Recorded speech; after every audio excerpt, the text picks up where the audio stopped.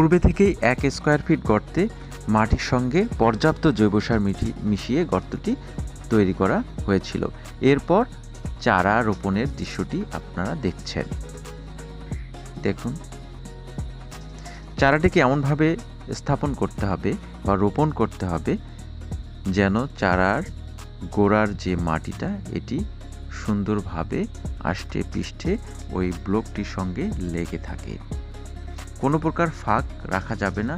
উপরের মাটির স্তরটা যেন সুন্দর হয় সেদিকে আপনাকে খেয়াল রাখতে হবে। গোড়ায় উঁচু করে মাটি দেওয়ার কোনো প্রয়োজন নেই। চারাটি যখন খাপ খেয়ে নেবে, মাটির সঙ্গে খাপ খেয়ে নেবে, তখন নির্দিষ্ট দূরত্বে রাসায়নিক সার প্রয়োগের মাধ্যমে চারাটির পরিচর্যা শুরু হবে।